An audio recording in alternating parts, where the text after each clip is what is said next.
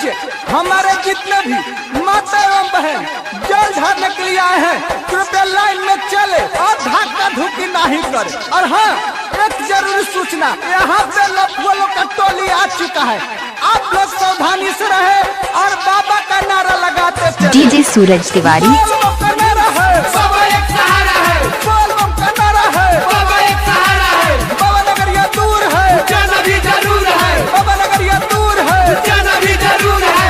घर हमारे होवे जिला मोतिहारी, धारे बजल हम सबसे आगारी। डीजे सूरज तिवारी। क्या बोल रहे हैं? घर हमारे होवे जिला मोतिहारी, धारे बजल हम सबसे आगारी। कि जदि करी रुकावट लफुआ सन के टोली। ए भाई, हम खाली मोतिहारी के ना पूरा जिला के लफुआ है।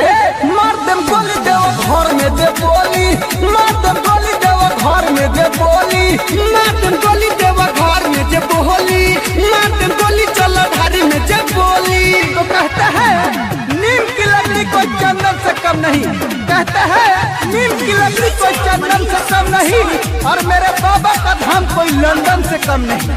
प्रेम से बोलिए दुधेश्वर नाथ बाबा की। DJ Suraj Tiwari. Music director Shashi Singh, music director Shashi Singh. पेन्हनी है गेरुआ कपड़ा, केहू करी नहीं लफड़ा, सभे कमर लचका है, गला बाजी नहीं कचरा। नाचना है तो सही से नाचिए, तो बाहर निकलिए। पेन्हनी है गेरुआ कपड़ा, केहू करी नहीं लफड़ा, सभे कमर लचकाई, गला बाजी नहीं कचरा। लड़की पर केहू लाला है ना नहना, नहीं तो पीठी पर टूटे लगी पहना। हारी खा के आइल बानी घर ही सभान के गोली। सुन लो, यहाँ लौंडिया बाजी नहीं चलेगा, क्योंकि बाबा का धाम है। मार दम गोली देव घर में जे बोली, मार दम गोली जल ढारे में जे बोली, मार दम गोली देव घर में जे बोली, मार दम गोली जल ढारे में जे बोली। डीजे सूरज तिवारी। हेलो, थोड़ा साउंड कम करो।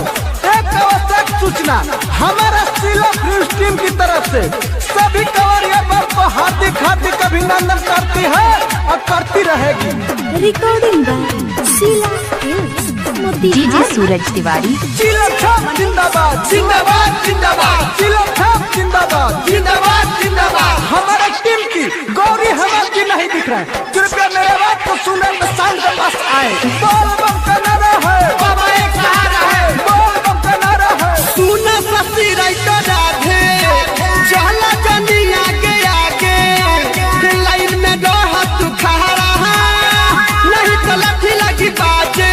ऐसा सिंह नहीं मानिएगा, लाइन में चलिए, लाइन में। हाँ हाँ सुनो ससी राइटर राधे, चलो ना तू आगे आगे, लाइन में रह तू खड़ा, नहीं तो डंडा लगी बाजे। रोहित गुडू अशोक के बोलावा, नीतीश कन्हैया के गाना बजावा। होके भगवती में मगन डीजे पर सब के हुडोली। सब कंवरिया बम मेरे डीजे के पास आके नाचे। मार दम गोली देव घर में जे बोली, मार दम गोली देव घर में जे बोली, मार दम गोली चला ढारे में जे बोली, मार दम गोली देव घर में जे बोली। सूरज तिवारी।